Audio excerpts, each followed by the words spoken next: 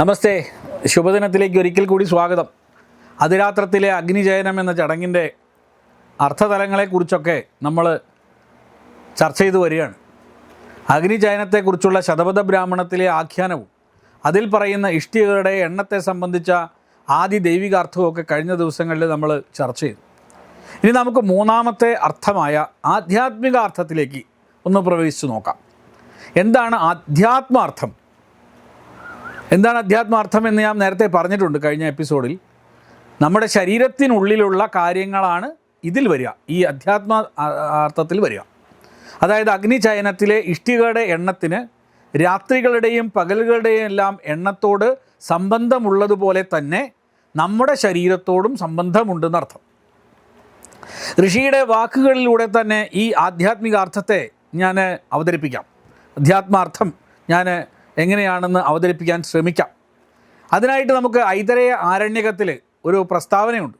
നമ്മൾ ആ പ്രസ്താവന ഒന്ന് വായിക്കാം. അതിനെ ഒന്ന് ഞാൻ മലയാളത്തിലാക്കി പറയാം. ഐതരേയ ആരണ്യകത്തിൻ്റെ 3-ാം ആരണ്യകത്തിലെ 2-ാം അധ്യായത്തിലെ 2-ാം ഖണ്ഡമാണ് ഇനി ഞാൻ പറയാൻ പോകുന്ന കാര്യമുള്ളത്.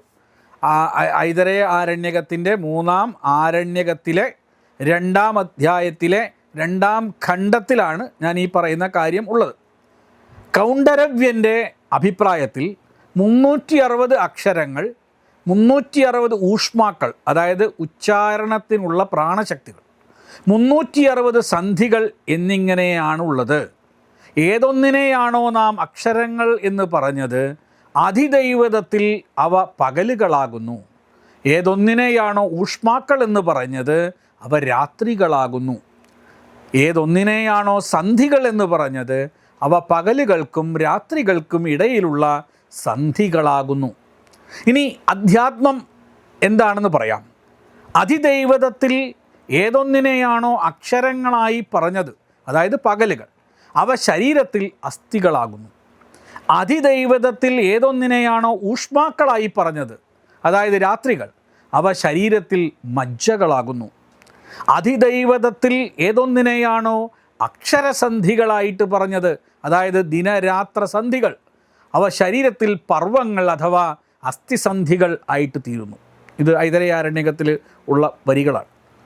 അതായത് മനുഷ്യ ശരീരത്തിലാകെ 360 അസ്ഥികളാണ് ഉള്ളത്. ഏതൊക്കെയാണ് ഇവ?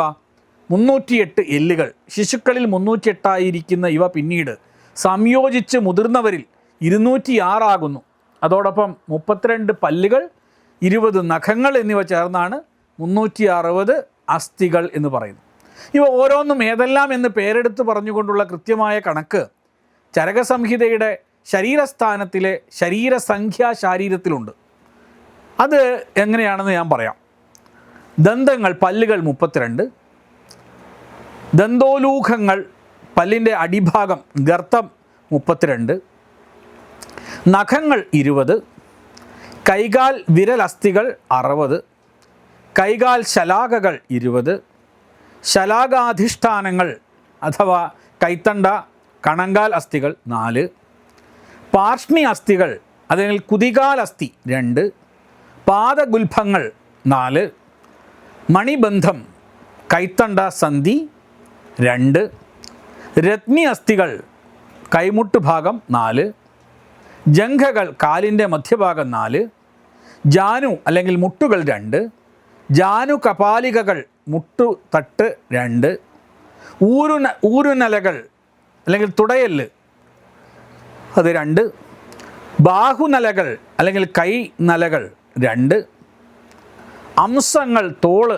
2, അംസഫലകൾ സ്കാപ്യുല തോളല് 2, അക്ഷകൾ കോളർ ബോൺ ക്ലാവിക്കൽ 2, ജത്രു മാറിടത്തിൻ്റെ മുകൾ ഭാഗം 1, താലുകൾ അല്ലെങ്കിൽ അണ്ണാക്ക് 2, ശ്രോണീ ഫലകൾ അല്ലെങ്കിൽ ഇടുപ്പെല്ല് അത് 2, ഭാഗാസ്ഥി പ്യൂബിസ് 1, പൃഷ്ഠഗത അസ്ഥികൾ അല്ലെങ്കിൽ നട്ടെല്ല് 45, ഗ്രീവാസ്ഥികൾ കഴുത്തിലെ കശേരുക്കൾ 15, ഉരോസ്ഥി നെഞ്ചല് 14, പർശുകകൾ വാരിയെല്ലുകൾ 24, സ്ഥാലകങ്ങൾ വാരിയുടെ പരന്ന ഭാഗം 24, സ്ഥലകാർബുദങ്ങൾ കോസ്റ്റൽ കാർട്ടിലേജ് 24, താടിയെല്ല് 1, താടിസന്ധി 2, നാസിക ഗണ്ഡ കൂട ലല്ലാടം അതായത് മൂക്ക്, കവിള്, നെറ്റി ഒരുമിച്ച് 1, ശംഖങ്ങൾ ടെമ്പറൽ അസ്ഥി 2, ശിരഃ കപാലങ്ങൾ തലയോട്ടി 4, ഇങ്ങനെ ആകെ 360 അസ്ഥികൾ. ഈ ലിസ്റ്റ് ചരകസംഹിതയിലുള്ളതാണ്. ഇതാണ് ശരീരത്തിലെ യജുഷ്മതി ഇഷ്ടികകൾ.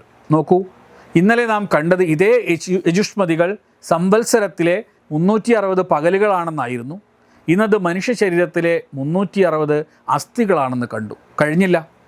10800 ലോകംവൃണകളുടെ ആധ്യാത്മികാർത്ഥം ഈ ആരണ്യക ആഖ്യാനത്തിൽ ഉണ്ടായിരുന്നില്ല. അത് എന്താണെന്ന് അറിയണമെങ്കിൽ നാം യോഗശാസ്ത്ര ഗ്രന്ഥങ്ങളാണ് പരിശോധിക്കേണ്ടത്. യോഗശാസ്ത്ര ഗ്രന്ഥങ്ങൾ പറയുന്നത് പകൽ സമയത്ത് ഒരു മനുഷ്യൻ്റെ ശ്വാസങ്ങളുടെ ആകെ എണ്ണം ശരാശരി 10800 വരിക എന്നാണ്. ശാന്തനായിരിക്കുന്ന ഒരു വ്യക്തിയുടെ ശ്വാസങ്ങൾ പകൽ സമയം ഉണർന്നിരിക്കുന്ന 12 മണിക്കൂറിനുള്ളിൽ ശരാശരി 1 മിനിറ്റിൽ 15 ശ്വാസം എന്ന നിരക്കിൽ കണക്കാക്കിയാൽ ലഭിക്കുക കൃത്യം 10800. ഇതാണ് ശരീരത്തിലെ 10800 ലോകംവൃണകൾ. നോക്കൂ, ഈ പ്രപഞ്ചത്തിനും നമ്മുടെ ശരീരത്തിനും സൂക്ഷ്മ സംബന്ധമുണ്ടെന്ന് പ്രാചീന ഋഷിമാർ പറഞ്ഞത് വെറുതെയല്ല. ഈ ഒരു കാര്യം എത്ര മനോഹരമായാണ് അഗ്നിചയനം എന്ന യാഗക്രിയകളിലൂടെ പ്രാചീന വൈദികർ അവതരിപ്പിച്ചത്. ഇതിനെയൊക്കെ എങ്ങനെയാണ് അർത്ഥമില്ലാ ക്രിയകളായിട്ട് നമുക്ക് കാണാൻ കഴിയുക? രസതുമല്ല. യാഗത്തിൻ്റെ 4ാമത്തേതും ഏറ്റവും സൂക്ഷ്മവും ഏറ്റവും ശ്രേഷ്ഠവുമായ അധിപ്രജം എന്ന അർത്ഥത്തെക്കുറിച്ച് നാം ഇനിയും പറഞ്ഞു വച്ചിട്ടില്ല, പറയാൻ തുടങ്ങിയിട്ടില്ല. അതേക്കുറിച്ച് അടുത്ത ദിവസം പറയാമെന്ന് പറഞ്ഞുകൊണ്ട് കോഴിക്കോട് ദിരാത്തത്തിലേക്ക് നിങ്ങളെ ഓരോരുത്തരെയും ഒരിക്കൽ കൂടി സ്വാഗതം ചെയ്തുകൊണ്ട് ഏവർക്കും ശുഭദിനം നേരുന്നു. നമസ്തേ. ഓം.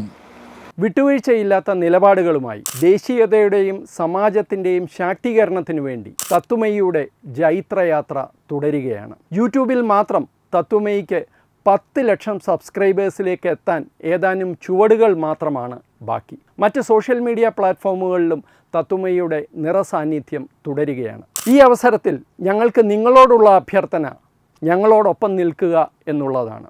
നിങ്ങൾ ഉപയോഗിക്കുന്ന ഏത് സോഷ്യൽ മീഡിയ പ്ലാറ്റ്ഫോം ആണെങ്കിലും ഞങ്ങളുടെ വരിക്കാരാകുക, ഞങ്ങളെ സബ്സ്ക്രൈബ് ചെയ്യുക, നിങ്ങളുടെ സുഹൃത്തുക്കളിലേക്ക് തത്വമയിയുടെ ഈ സന്ദേശം പ്രചരിപ്പിക്കുക. ഞങ്ങളോടൊപ്പം നിൽക്കൂ, രാഷ്ട്രത്തോടൊപ്പം നിൽക്കൂ, ദേശീയതയ്ക്കൊപ്പം സഞ്ചരിക്കൂ.